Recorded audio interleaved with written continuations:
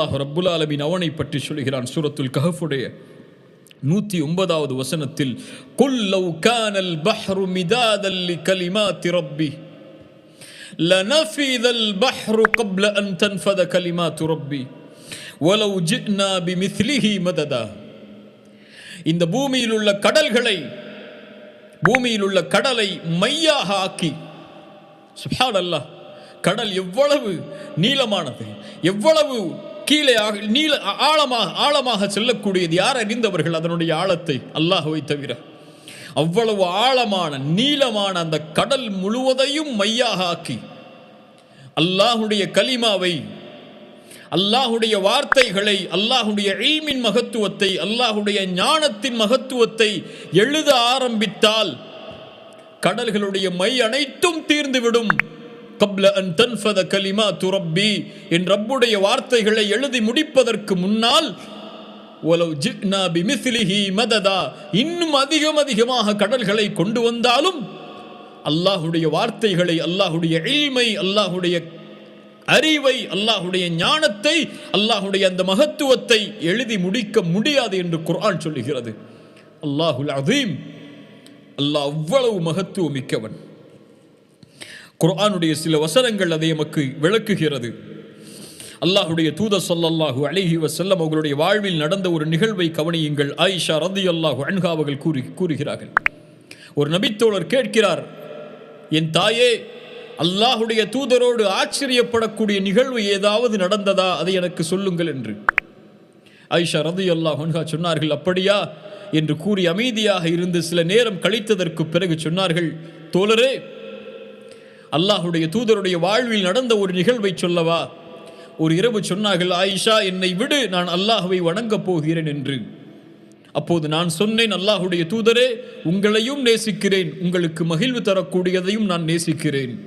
சுப்ஹானல்லாஹ்.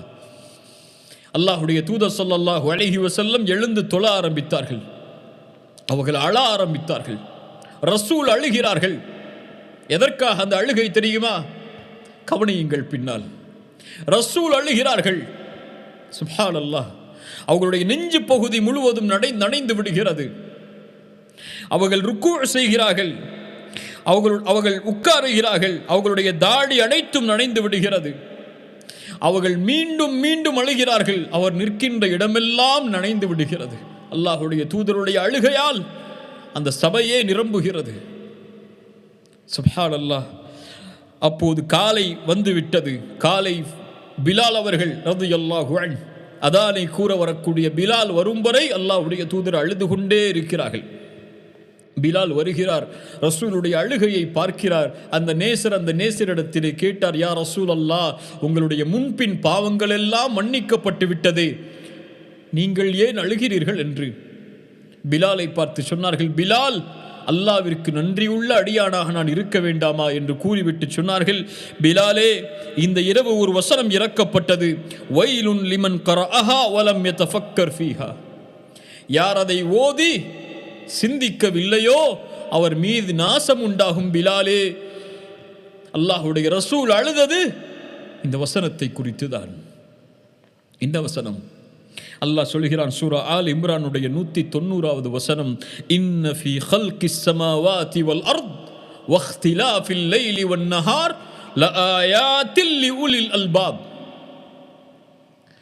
இன்ன ஃபீ ஹல்கிஸ் ஸமாவாதி வல் அர்த், வானங்கள் பூமிகளுடைய படைப்பில், வக்திலாஃபில் லைலி வன் நஹார், இரவையும் பகலையும் அல்லாஹ் மாற்றி மாற்றி அமைப்பதில் அத்தாட்சிகள் இருக்கின்றது சிந்திக்கக்கூடிய மக்களுக்கு என்ற வசனம். பிலாலே, இதை ஒருவர் ஓதி சிந்திக்கவில்லை என்றால் அல்லாஹ் அந்த கூட்டத்திலிருந்து எம்மை பாதுகாப்பானாக, அவர் மீது நாசம் உண்டாகும் பிலாலே என்று சொன்னார்கள். வானத்தை பாருங்கள் கண்ணியத்துக்குரியவர்களே, யாராவது அதை தூக்கி நிறுத்தி பிடித்திருக்கிறார்களா? சுப்ஹானல்லாஹ். பூமியை பாருங்கள் கண்ணியத்துக்குரியவர்களை, சுழன்று கொண்டிருக்கிறது. ஏதாவது அடையாளம் நமக்கு தெரிகிறதா? 7 வானங்களை அமைத்தவன் யார்? இந்த பூமியை அமைத்தவன் யார்? அதில் ஏதாவது குறையை அல்லாஹ் வைத்திருக்கிறானா? அந்த வானத்தில் ஏதாவது பிளவை அல்லாஹ் வைத்திருக்கிறானா? குர்ஆன் கேட்கிறது, அஃபலம் யன்துரு இலஸ் ஸமாஇ ஃபௌகஹா அஃபலம் யன்துரு இலஸ் ஸமாஇ ஃபௌகஹும் கைஃப பனைனாஹா வஸையன்னாஹா வமா லஹா மின் ஃபுரூஜ். வானங்களை பாருங்கள், அல்லாஹ் அதை எப்படி அமைத்திருக்கிறான் ஒழுங்காக. அல்லாஹு அக்பர். அந்த பார்வை கூட அந்த வானத்தை எட்டிவிட முடியாது, அவ்வளவு பிரம்மாண்ட வானம். அஃபலம் யன்துரு இல ஸமாஇ ஃபௌகஹும் கைஃப பனைனாஹா. அதை அல்லாஹ் எப்படி அமைத்திருக்கிறான். வஸையன்னாஹா, அதை எப்படி அல்லாஹ் அலங்கரித்திருக்கிறான். சூரியனை கொண்டு. இந்த சூரியனின் பிரகாசம் எவ்வளவு பெரிய ஒளி கதிர்களை அது வீசுகிறது, இந்த பூமி நிரப்ப வெளிச்சமாக்குவதற்கு. வஸையன்னாஹா, நட்சத்திரங்களை எல்லாம் அமைத்திருக்கிறான். எப்படி? இந்த பூமியை விட பல மடங்கு உயர்வான பெரிய நட்சத்திரங்களை.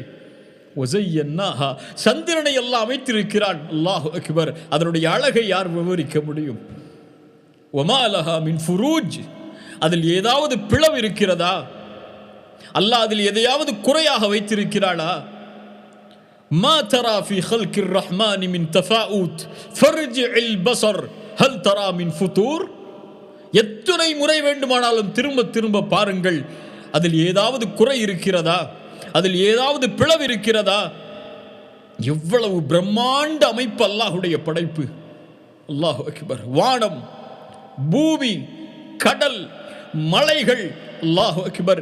ஒரு மலையை நாம் பார்க்கிறோம், அதை விட 2 மடங்கு அல்லாஹ் பூமியில் வைத்திருக்கிறான், அந்த மலை உறுதியாக நிற்பதற்காக. காடுகள், கடல், அந்த கடலுடைய நீளம் என்ன, அந்த கடலுடைய ஆழம் என்ன அறிந்தவர் யார் இந்த உலகத்திலே? சில கிலோமீட்டர் தூரத்திற்கு பிறகு கடலில் யாரும் பயணிக்க முடியாது, இருளாகிவிடும் என்று குர்ஆன் சொல்லுகிறது.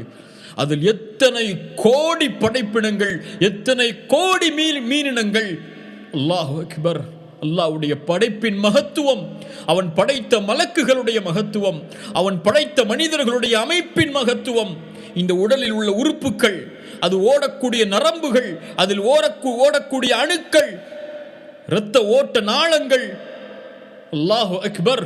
இதய துடிப்பு, மூளையின் சிந்தனை, அது சிந்திக்கக்கூடிய முறை, உலகில் படைத்த நிறங்கள், அல்லாஹ் ரப்புல் ஆலமீன் கொடுக்கின்ற உணவுகள், ரிஸ்குகள், அல்லாஹ் மழையை பொழிய வைப்பது, அல்லாஹ் இடியை இடிக்க வைப்பது, அல்லாஹ் மேகங்களை நகர்த்துவது, சூரியனை உதிக்க வைப்பது, சந்திரனை உதிக்க வைப்பது, நட்சத்திரங்கள் வானத்தில் மிளிர்வது.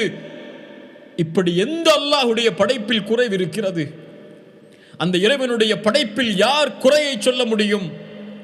படைத்தவன் அவன், அதை ஒழுங்குபடுத்தியவன் அவன், அதை நிர்வகிப்பவன் அவன், அதற்கு உணவளிப்பவன் அவன். அல்லாஹு அக்பர். எல்லாவற்றிலும் அல்லாஹ் மகத்துவம் மிக்கவன். இவ்வளவு பிரம்மாண்ட படைப்பு. இப்னு அப்பாஸ் ரலியல்லாஹு அன்ஹுமா அவர்கள் சொன்னார்கள், மஸ்ஸபாவாத்து ஸப்உ வல் அர்தூன ஸப்உ ஃபி கஃபிர் ரஹ்மான் இல்லா கஹர்தலத்தின் ஃபி யதி அஹதிக்கும். இவ்வளவு பிரம்மாண்ட படைப்பை படைத்த அந்த ரஹ்மான் எவ்வளவு பிரம்மாண்டமானவன் தெரியுமா? இந்த 7 வானங்களும் பூமியும் அல்லாஹ்வுடைய ஒரு கரத்தில் வைத்தால், உங்களுடைய கரத்தில் ஒரு கடுகு இருந்தால் எப்படியோ அப்படித்தான். சுப்ஹானல்லாஹ். அல்லாஹு அக்பர். சிந்தித்து பாருங்கள், அதில் அத்தாட்சிகள் உண்டு சிந்திக்கக்கூடியவர்களுக்கு. வானத்தை பார், பூமியை பார், மலையை பார், கடல்களை பார், பட்டாம்பூச்சியை பார். இப்படி அல்லாஹ்வுடைய படைப்பில் சிறியது பெரியது என எல்லாவற்றையும் பார். அதை படைத்தவனுடைய மகத்துவத்தை நமக்கு எடுத்துச் சொல்லும். உன்னை பார், உன்னுடைய உறுப்புகளை அமைத்த முறையை பார், அதை ஒழுங்குபடுத்திய முறையை பார்.